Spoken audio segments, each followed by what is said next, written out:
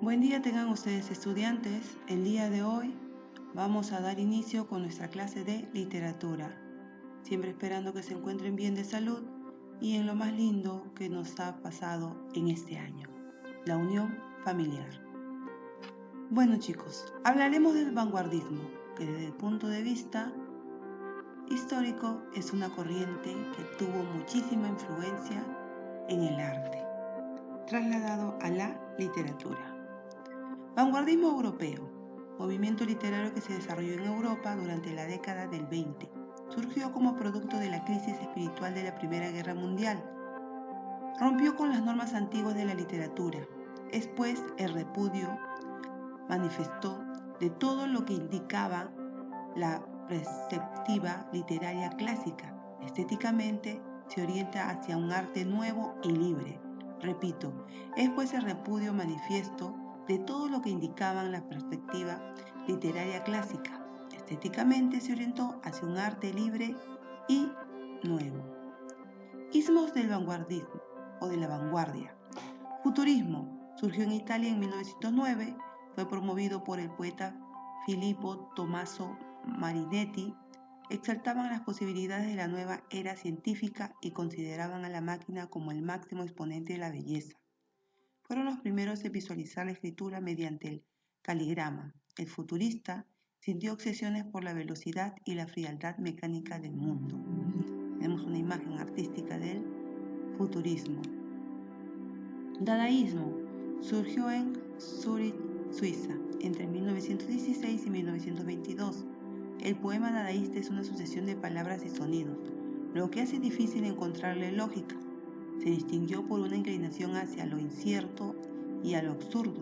Por su parte, el procedimiento dadaísta busca renovar la expresión mediante el empleo de materiales inusuales o manejando planos de pensamientos antes no mezclados, como una tónica general de rebeldía o destrucción. Imagen dadaísta. Ultraísmo. Preconizaba la liberación de toda atadura a los convencionalismos formales y conceptuales. Se traduce por la incoherencia de sus temas, por lo fantásticos y sugestivo de su poesía, por su confusión entre la realidad material, objetiva, y la realidad mental, subjetiva. Tenemos las imágenes. Surrealismo. En el año de 1924 es la fecha de fundación de este movimiento y la aparición del manifiesto del surrealismo de André Breton, una de las doctrinas científicas que más va a influir en la literatura del surrealismo o suprarrealismo. Es la teoría del psicoanálisis. Este es el surrealismo. Miren. Para los artistas una inspiración. Expresionismo fue la manifestación de nuestras íntimas vivencias provocadas por objetos exteriores sin tener en cuenta las cualidades reales de esos objetos. Manifiesta intimismo y profunda sensibilidad. Tuvo en Kafka, Joyce y Thomas Mann a sus más importantes exponentes. Cubismo. Nació en Francia en 1906. Sus principales rasgos son la asociación de elementos imposibles de concretar, desdoblamiento del autor, disposición gráfica de las palabras, sustitución de lo sentimental por el humor y la alegría, y el retrato de la realidad a través de figuras geométricas. En la poesía, su estilo más popular fue el caligrama, cuyo principal exponente fue Guillaume Apollinaire. Contexto histórico del vanguardismo. Surge en la Primera Guerra Mundial, Segunda Guerra Mundial, la Guerra Civil Española, liberación de países y colonias en el mundo, dominio hegemónico de Estados Unidos y la Unión Soviética, revoluciones, implantación del fascismo. Características. Proclamó la libertad de creación absoluta, experimentación de nuevas técnicas y recursos innovadores, exploración de inconsciencia y los sueños, recursos tecnológicos de la ciencia, el versolibrismo, rompimiento de toda regla de metro y rima, frecuencia de la metáfora compleja, temas múltiples, históricos, cotidianos, sociales, económicos, psicológicos, etc. Perspectiva muy amplia, novelas psicológicas, autobiográficas, neorrealistas, existencialistas, etc. Acá ustedes tienen que buscar qué obras resalta en estos principales representantes. En Francia, Marc Proust, Albert Camus, Antonio de Saint-Exupéry. En Rusia, Máximo Gorki, Boris Pasternak. En Alemania, Franz Kafka, Hermann Hesse, Bertolt Brecht. Estados Unidos, Ernest Hemingway, William Faulkner. Estados Unidos también Eugenio O'Neill. En Irlanda, James Joyce, Bernard Shaw. Italia, Luigi Pirandello. Franz Kafka nació en Praga en 1883, fallece en Viena en 1924.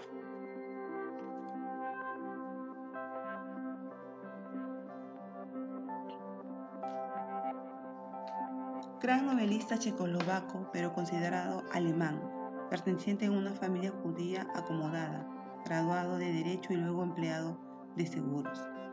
Vida oscura y melancólica, malas relaciones con su padre, estudia en Francia e Inglaterra y se doctora en su país. Sus continuos fracasos amorosos marcan su obra. Padecimiento de una enfermedad terrible, tuberculosis. Dejó parte de su obra inédita y ordenó que la destruyeran, pero felizmente su deseo no se cumplió. De lo contrario, no pudiésemos haber leído sus famosas obras, y una de ellas es Metamorfosis. Características de su obra: expresionismo dentro del vanguardismo, confronta la realidad con lo absurdo, planteamiento de la libertad como prisionera de las normas sociales. Su mundo gira en lo atormentado y angustioso. Sus temas centrales son el sueño, la angustia del hombre, origen del absurdo, el hombre que queda reducido a la pasividad, la soledad, el mundo ilógico, la lucha contra el absurdo, el hombre es un juguete, la deshumanización.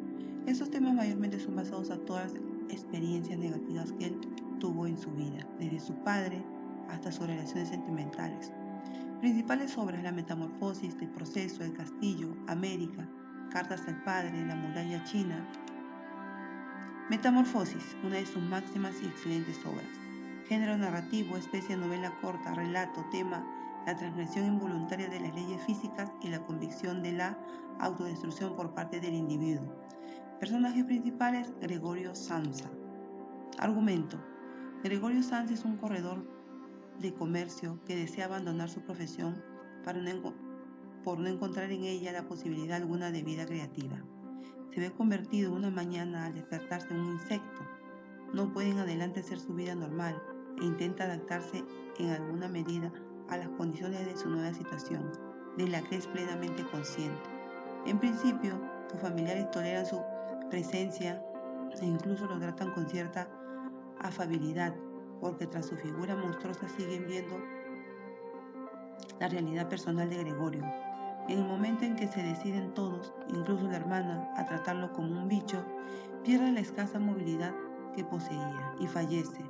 La familia vuelve entonces a mirar al futuro y sale a dar un breve paseo en tranvía un día de sol. Ernest Hemingway, 1899-1961. Pertenece a la generación perdida. Nació en Oak Park, Chicago, en 1899. Heredero de su madre el apego a la música, heredó de su madre el apego a la música y de su padre la afición a la caza, pesca, boxeo y demás deportes que ponen al hombre en contacto con la naturaleza. Después de la Segunda Guerra Mundial se instaló en la finca Viga, Cuba. Durante 10 años no publicó nada por su salud resquebrajada debido a su afición al alcohol, hasta en 1952 que aparece en la revista Life su obra El viejo y el mar, con la que recobró su popularidad. Se ganó el aprecio de los pescadores de Cuba, el premio Pulitzer y el premio Nobel de Literatura en 1954.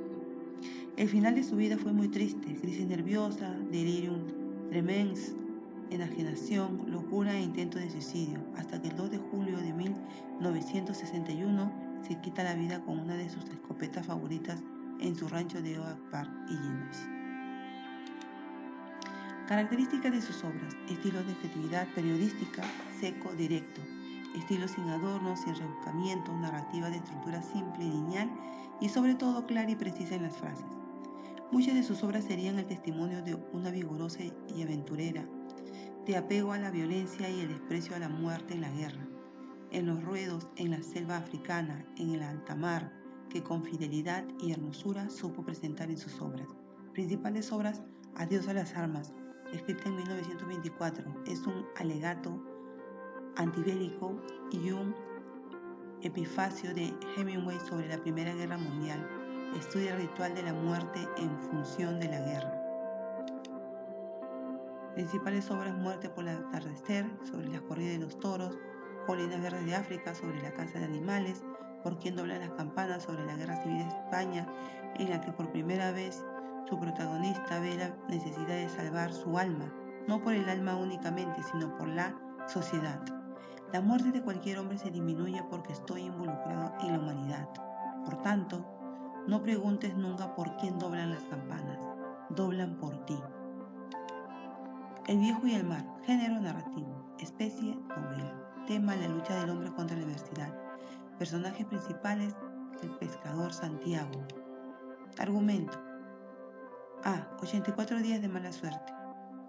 Con aliento épico, valor simbólico y realismo fotográfico, Hemingway representó a su héroe, Santiago, quien no tenía la connotación de un héroe homérico, sino todo lo contrario. Él es un viejo pescador de La Habana, hace 84 años que se hacía al mar y no pescaba nada. Solo en los 40 primeros días había ayudado con el bichero, con el mástil, y logró que se hiciera a la mar.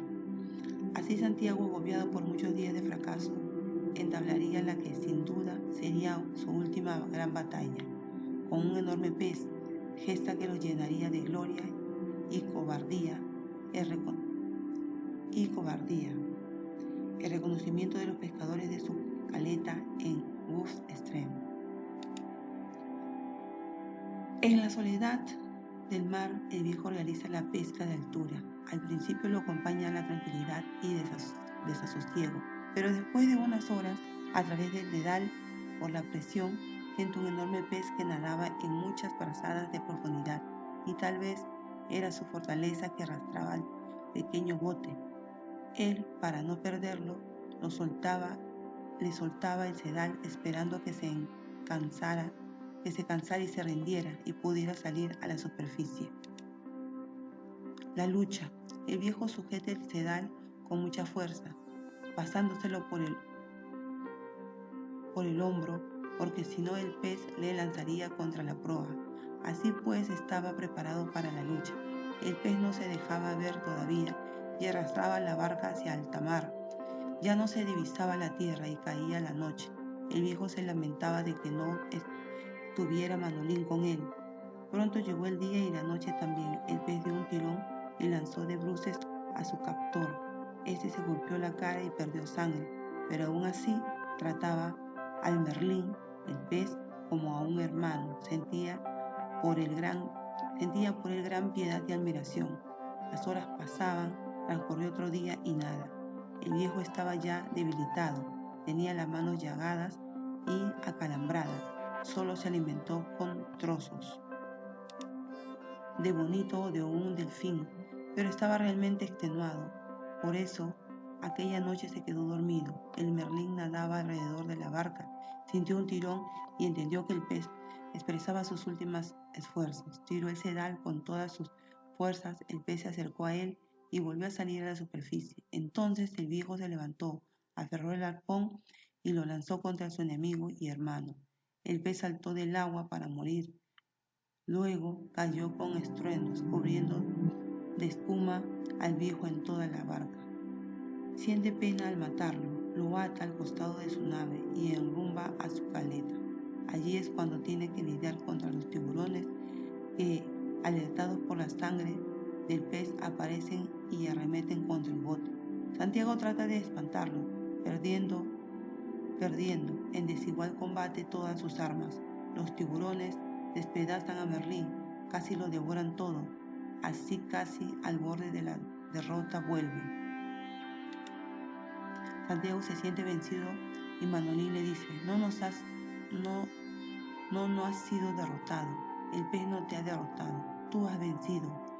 Es que el viejo, por haber sabido enfrentarse a esa dura experiencia, había tenido en sí una gran victoria, la de templar su ánimo y la de toda la comunidad, a la que ha dado un ejemplo de la voluntad, de valentía poco comunes, y mientras el viejo se había vuelto a dormir, Manolín regresó.